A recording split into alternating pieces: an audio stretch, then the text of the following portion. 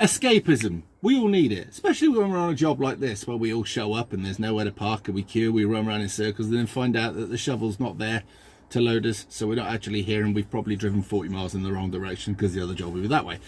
So you need escapism, something to look forward to, something to do that takes your mind away from the here and now. The mundaneness, the stress, the misery, or whatever it is that goes on in the average life. My escapism is my happy thought, buying a Ford Capri and driving it. Sad, I know, but the reason being, and I'll help you here, right? Or explain, I should say. Years ago, when I lived at home, I wasn't very happy. I was always just treading on eggshells. The old dear was on HRT and she was just like Jacqueline-eyed. She wound the old man up and that would be bad. My brother fucking hated me, so it wasn't a nice place to live.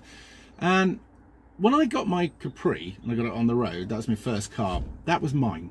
That was my place that I could go in and that I was in charge of everything that happened in there. I was in control of one little bit in my life, relatively. I called it a safe space, but it was probably the most dangerous place I had because I drove like fuck. Well, that's where I got the nickname Reverend Simon Sideways.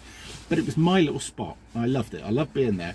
And it also I recall a lot of happy times. Now, I've been thinking for years that I want to get another one.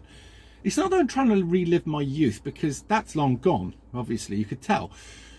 But while you're in the car, you could just switch off and just enjoy or whatever. And I think a lot of people go on holiday for this reason. It's just to get away from everything.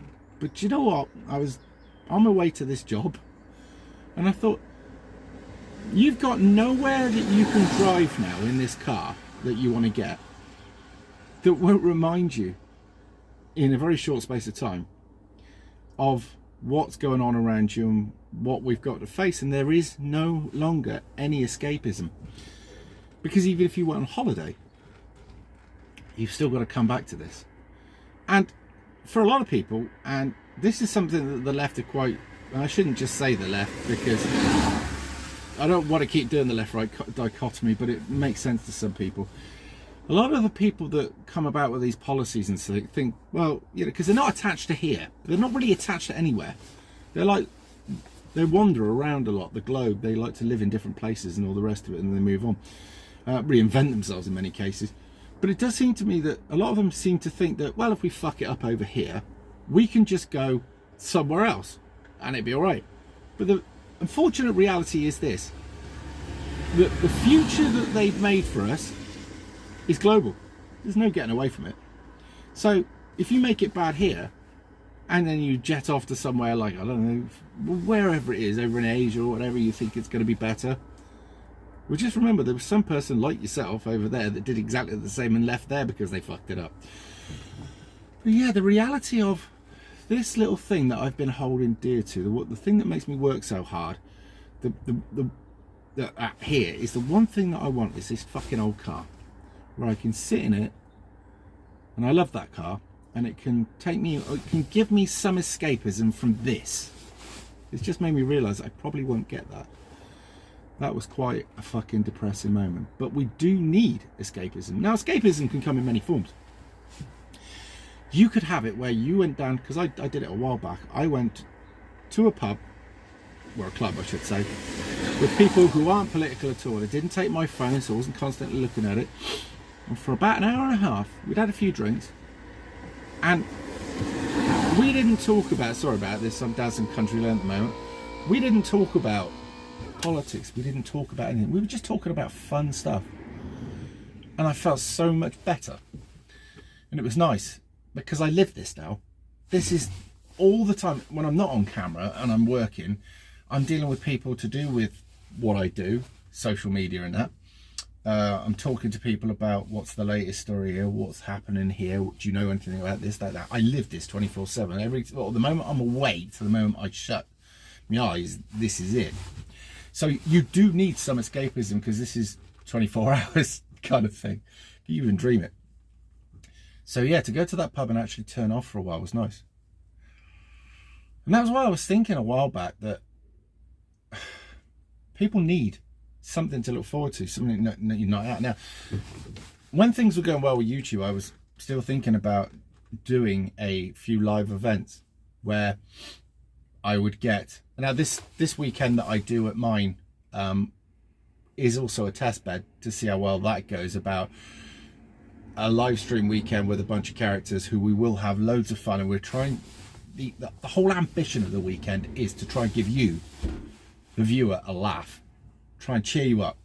You might not be down, but just give you a giggle, give you some, you know, the old days comedy, real life, fuck me, did he do that, the idiot, and all that kind of stuff, you know, warts and all kind of stuff, but also to give you a laugh. And the idea is, if this works, right, then do you remember I said I wanted to do live stuff? Well, if it worked with these boys, then it would be a case of the perhaps that we could take that on the road. But I don't know yet. We'll see how that goes. But yeah, I'd love to do. I mean, I'm terrified of it, but I would love to do a live event where a load of you came along. We were at a bar or a pub or whatever, and I just took to the mic and had the chat with you, took questions, had a laugh, listened to stuff. There'd be some serious moments, but generally tried my best to give you a laugh, a fun night. That would be the idea, because that would be escapism in itself. All right, yeah, we'd be talking about some serious shit, but at the same time we could be having a giggle, networking, finding friends, new friends. I do think this would be a good thing, but it's just, I have to say, I'm terrified of it, because talking to a camera is one thing, but being on a stage in front of all of you and all of you looking at me, fuck me, that would scare the shit out of me. But it's got to be done at some point. So the longer you leave it, the worse it gets. But there you go. It's just a thought. What do you do for escapism? Where's your place you go to? How do you turn off? How do you give yourself some happiness at times? Because it is gloomy, and everybody needs a bit. Do you get happiness in your family, the kids? Do you get happiness in a hobby you got? Do you get happiness in your man shed or the garage? Do you get happiness a few weeks of the year going on holiday? Another thing I'm actually getting happiness out of, and you might call it immature, is I've got this gaming rig, and I bought the steering wheel, the pedals, the handbrake, the gear shifter and stuff. I broke the first 2 gear shifters because they were cheap shit, so I bought another one. And it's a rallying game. It's the time that you can actually go sideways and not get nicked. And I bought VR, and I have to say that I have got good at it. And any of you remember in the 80s, they brought about Group B rally cars. They were absolutely lunatic. They killed the crowd. They killed the people driving it. These things were like clean psychopaths on steroids.